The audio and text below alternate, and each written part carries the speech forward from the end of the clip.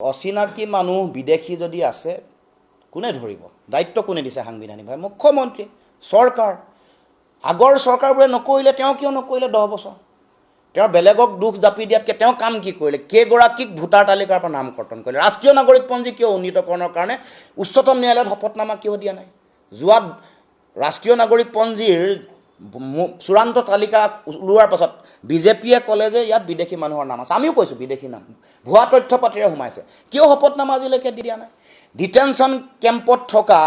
মানে D voter কিমান cash settle কৰিলে হিমন্ত বিশ্ব শৰ্মা চৰকাৰে শ্বেতপত্ৰ দিয়কচোন অসম চুক্তিৰ 6 নম্বৰ দফা কিয় আজিলৈকে কাৰ্যকৰী কৰিব পৰা নাই কিয় কেন্দ্ৰীয় চৰকাৰৰ গৃহ সচিবগৰাকীয়ে সত্যেন্দ্ৰ গাৰ্গে কিয় চহী নকৰিলে এখন প্ৰতিবেদন গ্ৰহণ কৰিবৰ কাৰণে কেন্দ্ৰীয় গৃহমন্ত্ৰীয়ে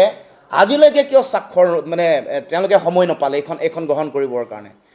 দেশৰ প্ৰধানমন্ত্ৰীৰ স্তৰত কিয় আজিলৈকে অসম চুক্তিলৈ আলোচনা নকৰিলে অসম চুক্তিৰ 6 নম্বৰ দফা কাৰ্যকৰী কৰিবৰ কাৰণে তেওঁলোকে কিয় আজিলৈকে সিদ্ধান্ত গ্ৰহণ নকৰিলে তেওঁলোকেতো ভিজন ডকুমেণ্টত কৈছিলে উলুটাই নাগৰিকত্ব সংশোধনী বিল জাপি দি আজিৰ দিনটোতে সিয়ে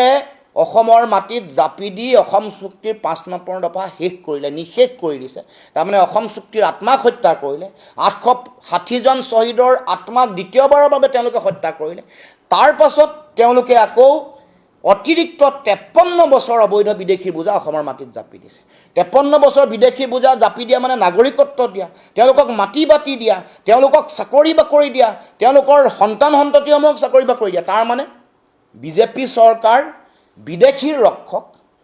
অবৈধ বিদেশীক তেওঁলোকে নাগৰিকত্ব দি তেওঁলোকৰ ল'ৰা ছোৱালীক চাকৰি বাকৰি দিছে তেওঁলোকৰ পৰিয়ালসমূহক মাটি ভিটি দিছে অথচ আমাৰ